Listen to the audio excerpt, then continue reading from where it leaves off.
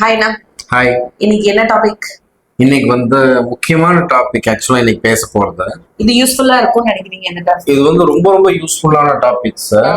இது இன்னைக்கு ஆண்டுட்டு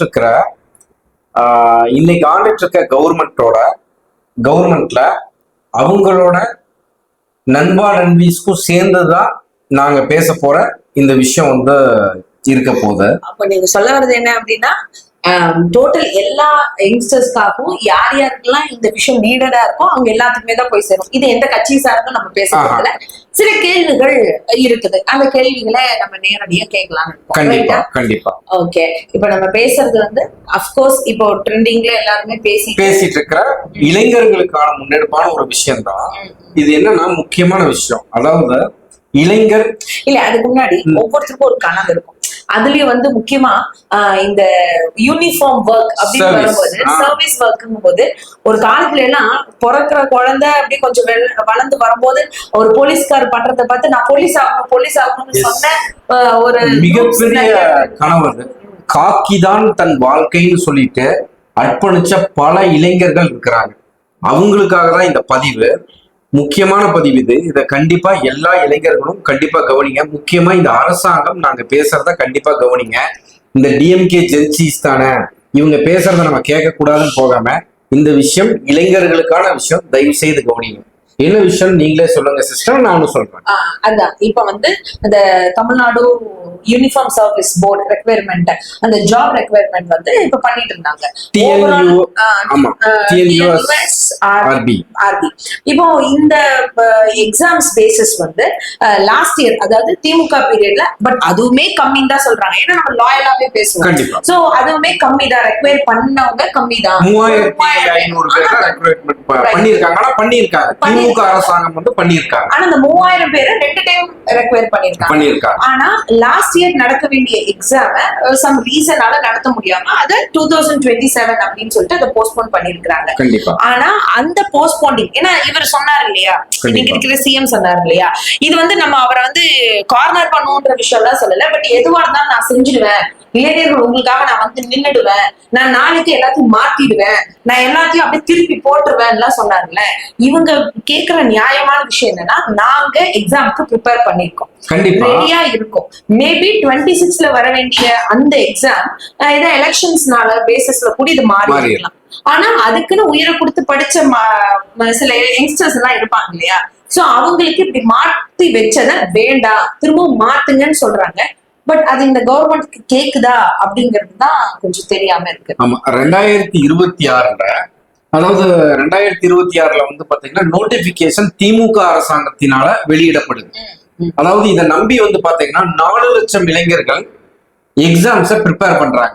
இந்த 4 லட்சம் இளைஞர்களும் 2026ல போலீஸ் செலக்ஷன்ஸ் வருதுன்னு சொல்லிட்டு எக்ஸாம்ஸ ப்ரிப்பேர் பண்றாங்க. எஸ்ஐ போலீஸ் இதுக்காக ப்ரிப்பேர் பண்றாங்க. ப்ரிப்பேர் பண்ணும்போது திடீர்னு அரசாங்கம் மாறணும்னு இந்த இளைஞரோட கனவுல மண்ணள்ளி போடுற மாதிரி 2027க்கு போஸ்ட்போன் பண்றாங்க. இதனால என்ன ஆகுதுன்னா, அவங்களோட ஏஜ் பார் ஆகுது 2026ல. அஃப்கோர்ஸ் அது நடக்கும். இல்லைன்னா இன்னொரு விஷயம் என்ன நம்ம இதுல பாக்கணும் அப்படின்னா, 2026ல நடக்குது அப்படின்னு சொல்லி இப்போ இதை டிரான்ஸ்பர் பண்றது மாத்திருக்காங்க. ஓகே, லைக் வச்சுக்கோம், டிஎம்கே கவர்மெண்ட் இந்த நோட்டிபிகேஷனை மாத்துதுனாலும் வந்தோடனே எனக்கு கீழேதான் காவல்துறை, அது என்னோட கட்டுப்பாட்டுல தான் இருக்குன்னு யார் பொறுப்பெடுத்திருக்கா? சிஎம் முதல்வர் தான் அதுக்கு ஜோசப் விஜய் அவர்கள் பொறுப்பெடுத்திருக்கிறாரு. அப்போ அவர் வந்தோடனே இப்ப 60 நாள் முடிஞ்சுல, இன்னும் 3 மாசம் டைம் கேட்க கூடாது. ஆல்ரெடி 2 மாசம் முடிஞ்சிருச்சு. பட் அப்போ இப்ப நம்ம தமிழ்நாட்டுல நடக்கிற இந்த சட்ட ஒழுங்கு பிரச்சனைக்கு யார் ரொம்ப முக்கியமா? காவல்துறையில இன்னைக்கு மிகப்பெரிய வேகன்சிஸ் இருக்கு, நிறைய நபர்கள் தேவை இருக்கு. தயவு செய்து இதை புரிஞ்சுட்டு இன்னைக்கு இருக்க அரசாங்கம் 2026 நோட்டிபிகேஷனை போஸ்ட்போன் பண்ணி 2027க்கு கொண்டு போயிருக்காங்க. இந்த நோட்டிபிகேஷனை மறுபடியும் இப்பவே இந்த ஆண்டு இறுதிக்குள்ளாரையே 2026க்குள்ளாரையே நீங்க அவங்களுக்கு உண்டான பணிகளை தயவு செய்து தாங்க. இது எதுக்காக சொல்றோம்னா, 26 வயசு வரைக்கும் இருக்கிற ஒரு இளைஞன் அவனோட கல்யாணமோ அவனோட மற்ற வேலை வாய்ப்பு பத்தி சிந்திக்காம அவன் மேலும் மேலும் மேலும் படிச்சு இந்த ஒரு வேலைக்கு வேண்டி காத்துட்டு இருக்கான். தான் காக்கி போடுவோங்கன்னு சொல்லிட்டு இதுல இன்னொன்னு இதைதான் நம்ம என்கரேஜ் பண்ணணும். மத்த படிப்பெல்லாம் படிக்கிறத தாண்டி இந்த போலீஸ் எக்ஸாமுக்கு நம்ம ப்ரிப்பேர் பண்ணும்போது ரொம்ப டிசிப்ளினரியா இருப்பாங்க, பர்ஃபெக்டா இருப்பாங்க. எந்த விதமான தேவையில்லாத விஷயத்திலயும் ஈடுபடாம ஏன் உடம்ப கரெக்டா வச்சுக்கணும், கரெக்டா மைண்ட் ஒர்க்கிங் இருக்கணும். அப்பதான் அந்த எக்ஸாம்ஸ் நம்ம வந்து கேர் பண்ண முடியும். அப்பதான் அவனால அடுத்த ஒர்க் போக முடியும். அப்ப இவங்களுக்கு ஃபர்ஸ்ட் ப்ரையாரிட்டி கொடுத்தா ரொம்ப பெஸ்ட். இதுல சொல்லக்கூடியவங்களே சொல்றது என்னன்னா 4 லட்சம் பேர் இதுக்கு முன்னாடி ப்ரிப்பேர் பண்ணிருந்தாங்க. ஆனா இப்போ வந்து அதுவே கம்மி ஆயிடுச்சு, 2 லட்சம் பேரா கம்மி ஆயிடுச்சு.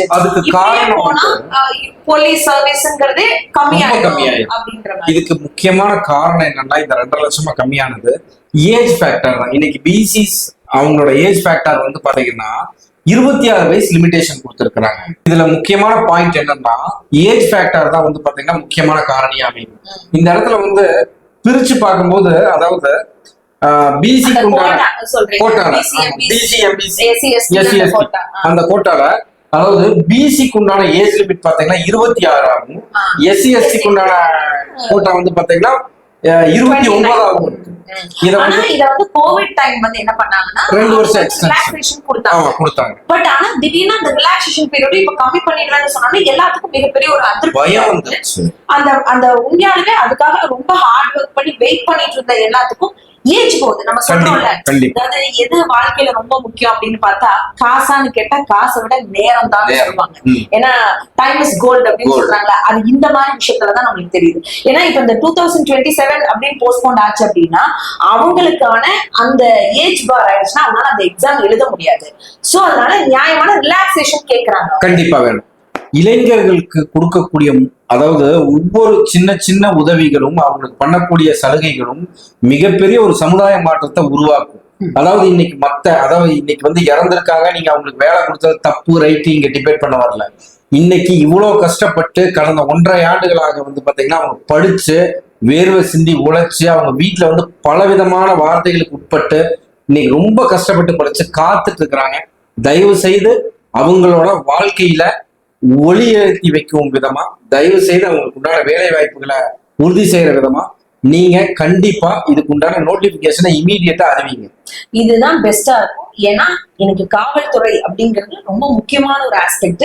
இருக்கிற எல்லா விஷயத்தையும் தன் கட்டுப்பாட்டுல வச்சு எல்லாத்துக்கும் உண்மையாலுமே காவலர்களா இருக்கக்கூடிய அந்த போலீஸ் சர்வீஸ் அதை வந்து ஒரு ப்ரைடா நினைச்சிட்டு இருக்கக்கூடிய ஒவ்வொரு யங்ஸ்டர்ஸுக்கும் இது ஒரு மிகப்பெரிய ஒரு சப்போர்ட்டிவா இருக்கும். ஒருவேளை இந்த கவர்மெண்ட் இந்த இனிஷியேஷன் எடுத்துச்சு அப்படின்னு சொன்னா நீங்க குறிப்பிட்ட மாதிரியே அந்த 41 பேருக்கு நான் வந்து அரசாங்க வேலை கொடுக்குறேன்னு சொல்றது கருணை அப்படின்னு சொன்னா 1.5 வருஷமா அதுக்கு மேலையும் சின்ன வயசுல இருந்து அந்த கனவை தாங்கிட்டு இருக்கக்கூடிய இந்த இளைஞர்களுக்கு இந்த வாய்ப்பை நம்ம ஏற்படுத்தி கொடுத்தோம்னு சொன்னோம் வைங்க, இதுதான் உண்மையான கருணையா.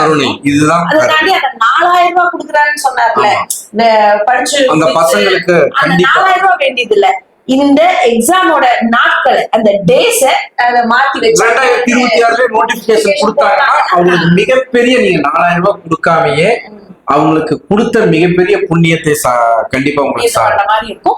கண்டிப்பா இது எல்லா யங்ஸ்டர்ஸுக்கும் எந்த கட்சி பாகுபாடும் இல்லாம நாங்க இன்னைக்கு இருக்க கவர்மெண்ட் கேட்கக்கூடிய மிகப்பெரிய ரிக்வெஸ்ட். ஓகே, சோ அதனால எக்ஸ்பெக்ட் பண்றோம். கண்டிப்பா நோட்டிபிகேஷனை அவங்களுக்கு போடுங்க. 2026 நோட்டிபிகேஷன் போடுங்க. அவங்க எக்ஸாம்ஸ் எழுதணும், அவங்க மிகப்பெரிய காவல் பதவியை அடையணும்.